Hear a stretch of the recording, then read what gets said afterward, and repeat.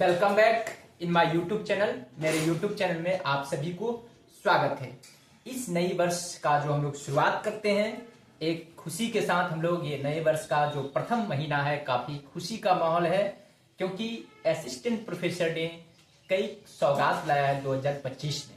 खासतौर पे RPS Rajasthan public service commission ने एक बम्पर वैकेंसी लेकर के आई है और जो भी न्यू कैंडिडेट है खासतौर पे और जो एपियरिंग का जो कैंडिडेट है उनके लिए काफी एडवांटेज है। आज हम उन तमाम आरपीएस के बारे में डिस्कशन करेंगे कि उसको वैकेंसी को फिल कैसे करनी है, उसका मिनिमम एलिजिबिलिटी क्या है। क्योंकि यहाँ पे प्रश्न ये आ रही है बहुत सारे ऐसे अभ्यर्थियों को, क्या सर क्या जो एपियरिंग का स्टूडेंट है पीजी का, क्या वो अप्लाई कर सकता है?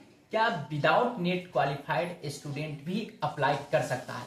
ये गंभीर विषय है, एक महत्वपूर्ण टॉपिक है, एक महत्वपूर्ण विषय है जो हम सभी कैंडिडेट को जानकारी होनी चाहिए, तभी हम लोग अप्लाई कर पाएंगे और असिस्टेंट प्रोफेसर बनने का जो सुनहरा अवसर मिला है उस अवसर को हम लोग प्राप्त कर सकते हैं। तो चलते हैं, समझते हैं। तो देखिए, जो एडवर्टीजमेंट आई है उस एडवर्टीजमेंट में साफ साफ ये लिखा गया है कि जो कैंडिडेट अप्लाई करेगा वो होनी चाहिए, मिनिमम एलिजिबिलिटी होनी चाहिए क्या चीज, पीजी का जो कैंडिडेट है जो फाइनल ईयर में है, फाइनल ईयर्स, ठीक है। फाइनल ईयर का स्टूडेंट जो पीजी फाइनल में, वो कैंडिडेट अप्लाई कर सकते हैं आरपीएस यानी कि राजस्थान असिस्टेंट प्रोफेसर के लिए। राजस्थान पब्लिक सर्विस कमीशन के द्वारा जो असिस्टेंट प्रोफेसर की नियुक्ति है उसमें ये मांगा जा रहा है कि पीजी फाइनल ईयर का स्टूडेंट अप्लाई कर सकता है। अब देखेंगे इसमें क्या है। सवाल ये बनती है, क्या net GRF without net GRF qualified candidate क्या अप्लाई कर सकता है? तो एकदम कर सकता है। देखिए, यहाँ पर आयोग को ये कहना है कि आप मिनिमम तो पीजी होना ही फाइनल ईयर को अप्लाई कर सकते हो, लेकिन जब ये आरपीएस जब एग्जाम कंडक्ट करवाएगी, मतलब आफ्टर एग्जामिनेशन के बाद, आफ्टर एग्जामिनेशन, ये समझने की बात है। आफ्टर एग्जामिनेशन जब आरपीएससी जब एग्जाम कंडक्ट करवा लेगी असिस्टेंट प्रोफेसर के लिए, तो एग्जाम के बाद and at the time of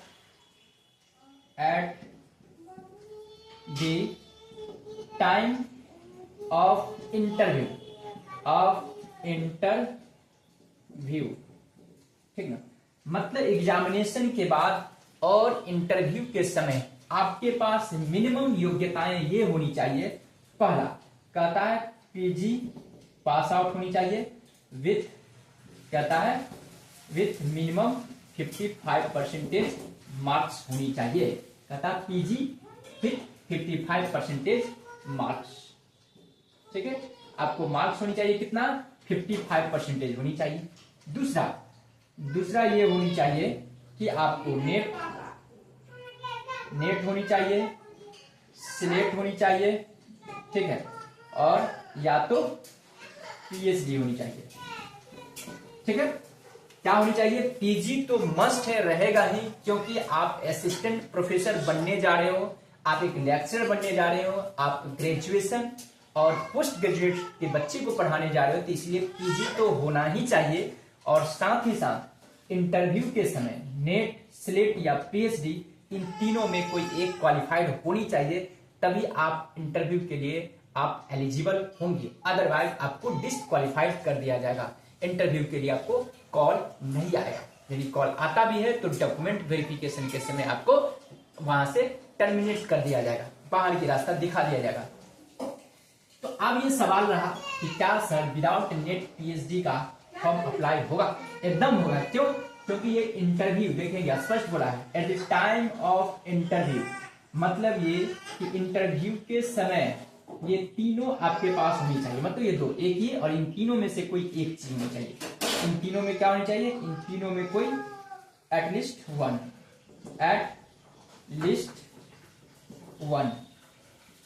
ठीक है।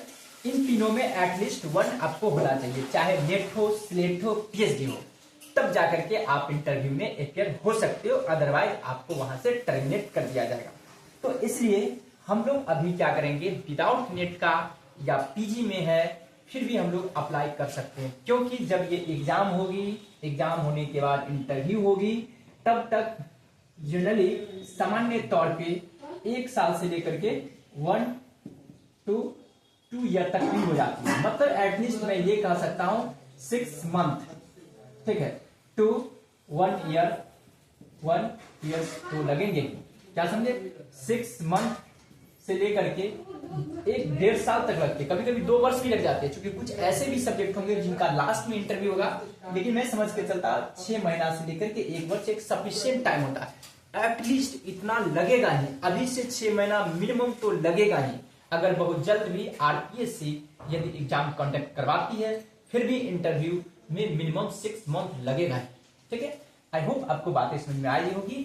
इससे ये स्पष्ट हो रही है, साफ जाहिर हो रही है कि आप विदाउट नेट जीआरएफ को भी आरपीएससी के एग्जामिनेशन में अपियर होने के लिए आप फॉर्म को फिलअप कर सकते हो। आई होप कि आपको मेरी बातों को समझ में आ गए होंगे। अब नेक्स्ट वीडियो के लिए आप लोग वेट करेंगे और मेरे चैनल से आप लोग जुड़े रहेंगे, और जो भी न्यू कैंडिडेट होंगे प्लीज सब्सक्राइब करेंगे, ताकि आरपीएससी से लेकर के या हायर एजुकेशन से रिलेटेड चाहे इंडिया के किसी भी यूनिवर्सिटीज का जो न्यूज होती है, इंफॉर्मेशन होती है, या स्टेट का, मैं अपने यूट्यूब के माध्यम से आप लोगों तक कम्युनिकेट करता हूं। Okay, bye bye, have a nice day.